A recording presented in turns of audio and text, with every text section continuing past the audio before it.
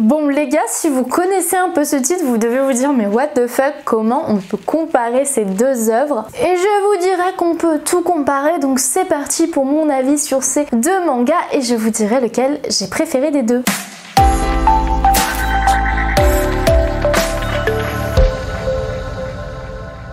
Yo tout le monde, c'est Rocky Manga, j'espère que vous allez bien et on se retrouve pour un peu un nouveau concept de bilan lecture où je vais comparer deux mangas, là en l'occurrence qui sont deux nouveautés de chez Meian. Alors Killer Shark qui est sorti en juillet de l'année dernière, mais moi je le découvre maintenant, donc écoutez, chacun à son rythme. Et ce genre de vidéo risque de revenir pas mal parce que pour ceux qui ne savent pas, je vais vous inviter à aller vous abonner au TikTok de Meian, étant donné que je fais des vidéos sur leurs sorties manga où je présente toutes leurs nouveautés manga. Peut-être que la plupart d'entre vous sont déjà au courant, mais pour les autres, allez voir parce que c'est quand même du travail, hein, donc allez voir tout ça. Et aujourd'hui, j'ai eu la chance de présenter du coup l'adresseuse sans étoiles sur leur compte, mais je n'ai pas parlé de Killer Shark que j'ai découvert durant cette Paris Manga. Ça va faire plaisir à certaines personnes que j'en parle. J'ai beaucoup aimé les deux, je vais vous dire pourquoi, quels sont leurs points forts, leurs points faibles, etc.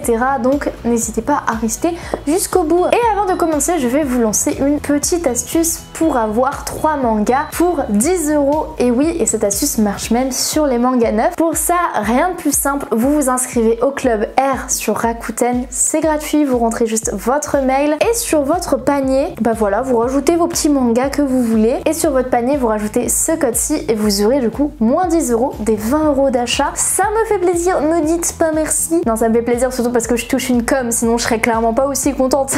Et on va passer à la vidéo. En premier, j'ai envie de vous parler de Killer Shark parce que du coup, c'est celui que j'ai découvert le plus récemment. Et Killer Shark, on va suivre une apprentie avocatrice ou bien sûr invocatrice, qui doit invoquer des monstres, sauf qu'elle n'a jamais réussi. Et là, c'est l'examen final. Et si elle ne réussit pas, clairement, c'est la merde. Sauf que, bah, vous vous doutez bien, hein, Killer Shark, elle réussit. Elle invoque un petit shark, sauf que ce n'est pas n'importe quel petit shark. Elle invoque un requin incontrôlable qui va bouffer toute sa classe. Le requin va manger tout le monde. Et donc on va suivre ses aventures avec, d'un côté, elle essaye de sauver le monde avec son familier, mais d'un côté, son familier est à la fois un petit requin tout mignon, à la fois un petit requin qui peut bouffer un village en 5 secondes. Donc voilà, j'ai lu les 2 premiers tomes et j'avais peur que ce soit un truc un peu redondant et pas du tout. J'ai trouvé qu'on s'ennuie pas du tout dans les 2 premiers tomes et du coup j'ai hâte d'avoir la suite, de voir ce qui va arriver. Il y a aussi eu déjà des petits trucs de coups en traître, de complot, de non, t'inquiète, on va pas te balancer. Non, parce que oui, du coup, elle est recherchée, hein, vous vous en doutez. Après avoir bouffé une classe entière, le petit Charcot, il est recherché. Enfin bref, c'est les mangas que j'adore, qui sont totalement barrés, mais avec une vraie histoire, un vrai scénario. On sait pas où l'auteur veut nous y emmener, mais on sait qu'il nous y emmène. Et à l'intérieur, un gros point fort. Alors ça, c'est mes collègues qui m'ont dit parce que moi, je n'ai aucune rêve avant les années 2010. Vraiment une enfant de la jeune génération. Mais il y a plein de transformations du requin qui sont des refs à de très vieux films. En fait, tous les films cultes qui ont des requins, hein, comme Zhao, c'est les seuls que je connais, et ben vous avez beaucoup de refs à ces films dans les transformations du requin. Donc pour ceux d'entre vous qui sont fans de cinéma et qui connaissent tous ces films, vous allez être comblés, croyez-moi. En fait, c'est trop dommage parce que du coup, le fait de ne pas avoir vu ces films, j'ai l'impression que je passe à côté d'une grande partie du manga. Mais d'un autre côté, en fait, non, parce que c'est juste que quand tu vois la transformation, t'es en mode oh, ça me fait penser à ça. Donc clairement, ne pas avoir vu les films, ça n'enlève rien, mais ça enlève le petit truc de j'ai la ref. Vous voyez, c'est le même truc que quand dans One Piece, il fait des refs à d'autres mangas, genre quand il avait fait une ref à Dragon Ball et tout, il était en mode j'ai la ref. Et là, bon, tu l'as pas, mais du coup, ça perd rien l'histoire en soi. Et du coup, je vais vous parler du prochain manga, L'adresseuse sans étoiles. Alors attendez, je vais reprendre mon souffle et je vais vous faire le titre en entier, parce que le titre en entier est extrêmement long, d'accord? L'adresseuse sans étoiles parcourt le monde pour récolter des déchets. Je l'ai bien fait, voix de présentatrice et tout. Non, si, arrêtez de mytho. Mettez un pouce bleu à cette vidéo d'ailleurs, si je l'ai bien fait. Et là, on va suivre notre jeune Ivy qui vit dans un monde où vous savez, quand vous grandissez, vous développez des skills. Et là, ils appellent ça comme ça, des skills. Et donc, dans chaque skills, vous avez des niveaux. Donc, vous savez, 1 étoile, 2 étoiles, 3 étoiles. Et donc, comme vous pouvez vous en douter, elle a développé un skill qui est dresseuse de monstres. Donc, c'est hyper stylé de dresser des monstres. C'est trop cool. Mais, bah, elle est du rang 0. Voilà. Donc, elle est très nulle. Enfin, très nulle.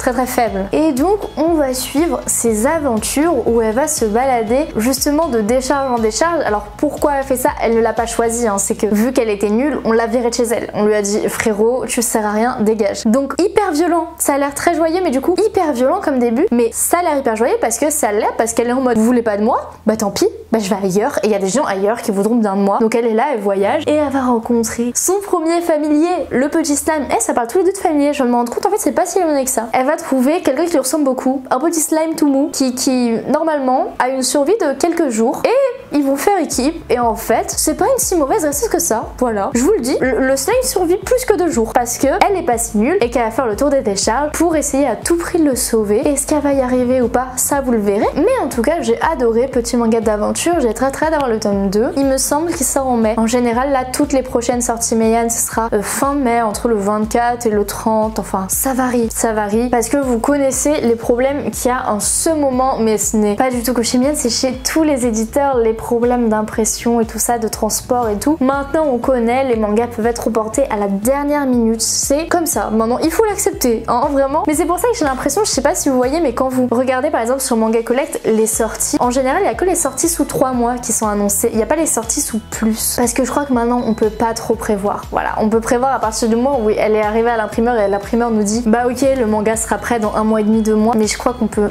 pas vraiment prévoir plus loin que ça. Donc écoutez, c'est pas très grave. Et du coup, quel est mon manga préféré? Et ben en fait je pensais qu'ils étaient, avant de commencer cette vidéo, assez éloignés, mais au final pas tant que ça. Je dois vous dire que j'ai adoré les deux. Je ne saurais pas choisir honnêtement parce que je les aime tous les deux pareil, dans le sens où Killer Shark j'aurais peut-être un peu plus apprécié si j'avais eu les références, mais encore pas du tout parce que j'ai adoré, c'était complètement fun, complètement barré. Et d'un côté on a La Dresseuse qui est un manga fantastique dans laquelle le but c'est de s'améliorer, de s'élever, t'as été rejeté et tu dois t'améliorer, donc un shonen comme on aime, et Killer Shark qui est du déjanté, donc c'est 2 styles que j'aime beaucoup et que j'aime pareil, donc je vous avoue que c'est un peu dur de choisir, mais dans tous les cas le principal c'est que si en regardant cette vidéo vous avez découvert des mangas que vous ne connaissiez pas forcément, parce que c'est vrai que c'est des mangas qui sont un peu moins connus et en ce moment j'aime bien ça, chercher, trouver des petites pépites et vous en parler. Donc si ça vous a donné envie de lire ces mangas, déjà mettez un pouce bleu, ça c'est important, et dites-le moi en commentaire, dites-moi, surtout n'hésitez pas, dites-moi je vais commencer La Dresseuse, je vais commencer Killer Shark,